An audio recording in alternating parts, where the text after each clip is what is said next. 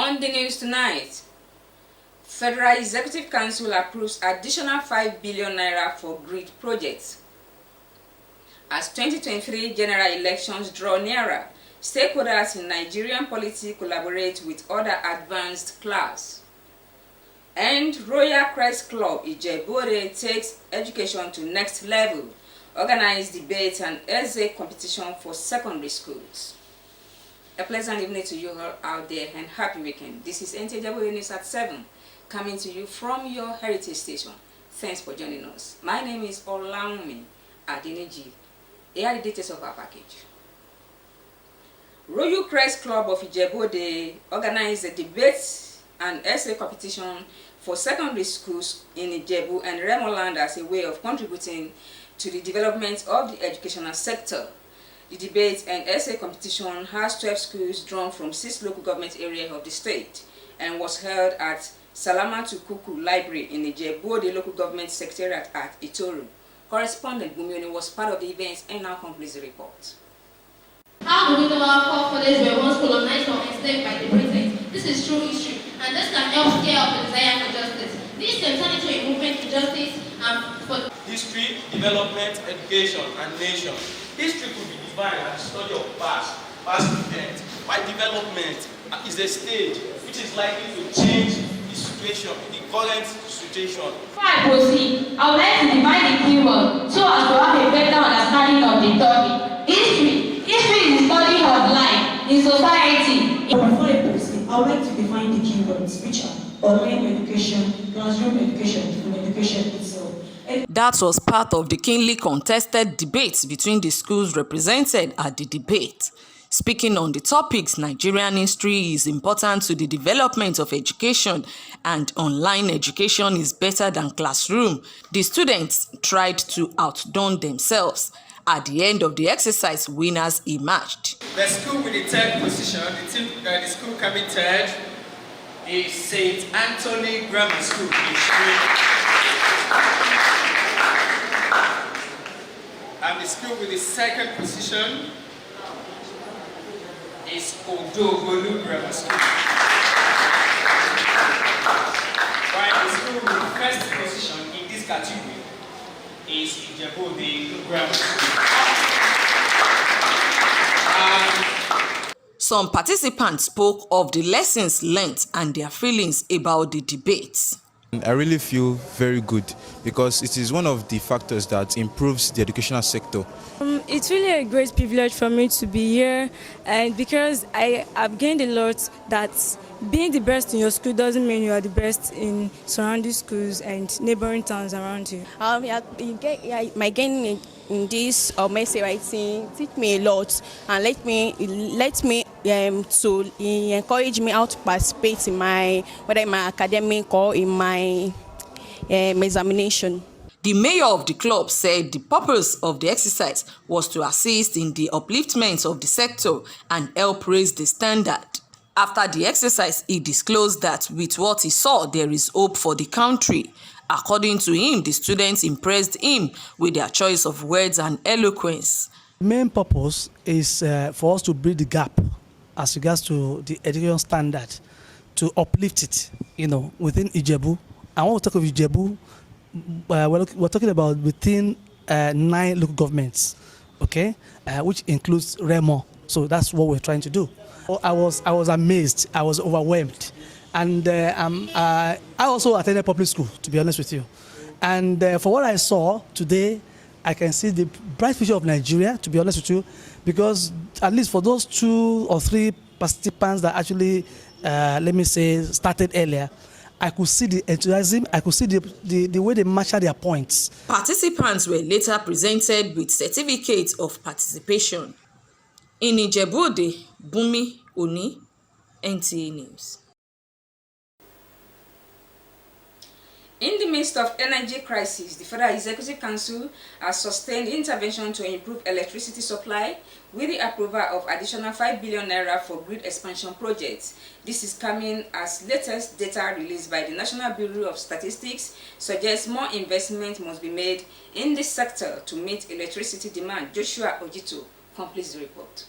Empower generation Multiple collapses of the national grid, with consumers groaning over poor electricity supply, attracts attention of the Federal Executive Council. More worrisome is the loss of power generated during transmission and distribution, as released in the latest data by the National Bureau of Statistics, suggesting more investment in renewable energy to meet the 1,000 megawatts requirement per 1 million people.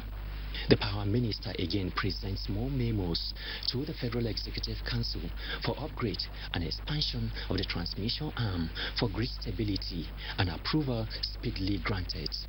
One of the conditions of the loan is to clear the right of way. More than 5 billion naira required for the payment of compensation to persons affected by the 203 kilometers expansion line from Lagos to Ogun State, with 6 substations to be constructed.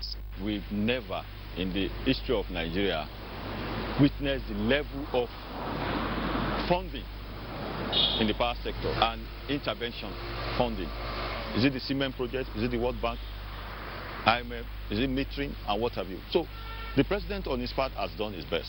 There's no request that have been made that have not been granted. So having done his best as Mr. President, we expected so much from the various leadership. It is expected that with the investments in the sector, it will translate to improved power supply. Joshua Ojito, NTA News. You're welcome back. The news continues. Guests on Good Morning Nigeria have commended President Muhammadu Buhari for witnessing to the leadership crisis of the All Progressive Congress (APC) ahead of the 2023 general elections. Daniel Adeliye tells us more. Those of us that are elderly, that have been positioned by Almighty God to provide leadership, must always watch our backs and know that the younger generation are watching us. A lot of progress has been made by this government, I must admit, in comparison to the previous, considering all of the challenges we've had locally and globally. But then again, if we do not improve on our processes, if we do not allow for varying opinions, especially within the ambits of the law, if we do not allow for people to freely and willingly express their concern, especially when they are valid, then we are building up a system to fail. For the older and more experienced members of the APC, there is hope for better days ahead, while the younger members clamour for inclusion. There is, however, consensus that the challenges of the party should not give room for illegality of any kind. The National Executive Committee has delegated powers to the Caretaker Committee, which they inherited from the Convention Committee as in our Constitution. So within the ambits of our Constitution, the caretaker have been discharging its duties. Well, there may seem underground current, challenging their conducts and mode of operation. Does not mean that the caretaker committee itself is treading on illegality. They urged party members at all levels to seek avenues for resolving internal conflict amicably without projecting the party in bad light. In Abuja, Daniel Adiriye, NTA News.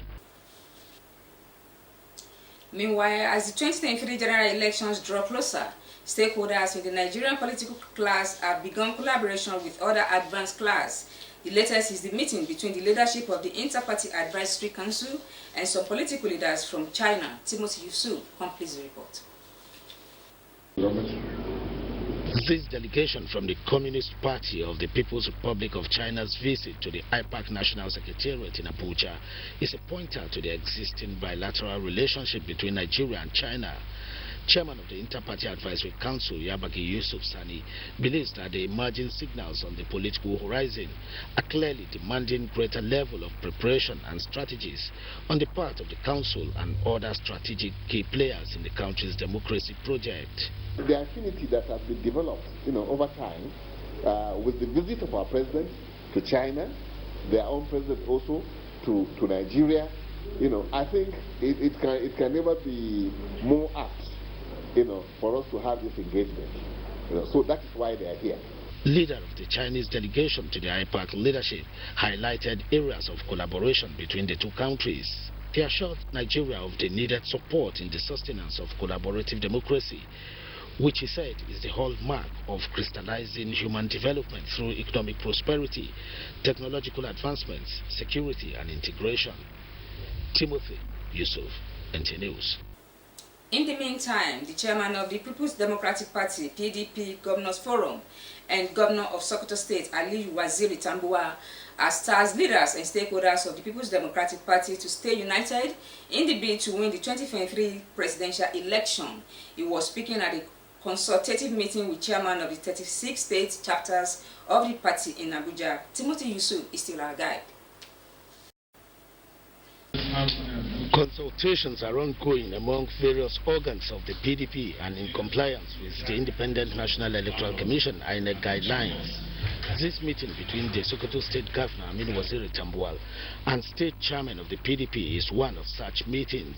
Well, it is about consultation on the possibility of my running for the office of the President and seeking the mandate of our party members and leaders as standard flag bearer of the PDP in 2023 presidential election. Speaking on behalf of his colleagues, Chairman of the Kaduna State chapter of the PDP, Felix Hiat, says that Governor Tambuwal, who doubles as Chairman of the PDP Governors Forum, is not unacknowledged of his bid to help the party return to its pleasant years at the center in Nigeria. We want to move together and we want to make sure that whoever picks the ticket wins the election. So to us, it is not just an issue of primaries, it's an issue of the secondary election, which is more important. He called on all aspirants to close ranks, urging them not to forget that the office of the president would only have a single occupant at any given time. Timothy Yusuf, NTA News. To end the news this evening, a recap of our major stories. We told you that the Federal Executive Council has approved additional 5 billion naira for grid expansion projects in the country. We also told you that as a way of contributing to the development of educational sector in Ogun State, Royal Press Club of Ijebu Ode has organized a debate and essay competition for some secondary schools across the metropolis. And that concludes our packet for this evening. The Yoruba translation of the bulletin will be brought to you by Bumi Oni. After this time, you have a good night rest and a happy weekend.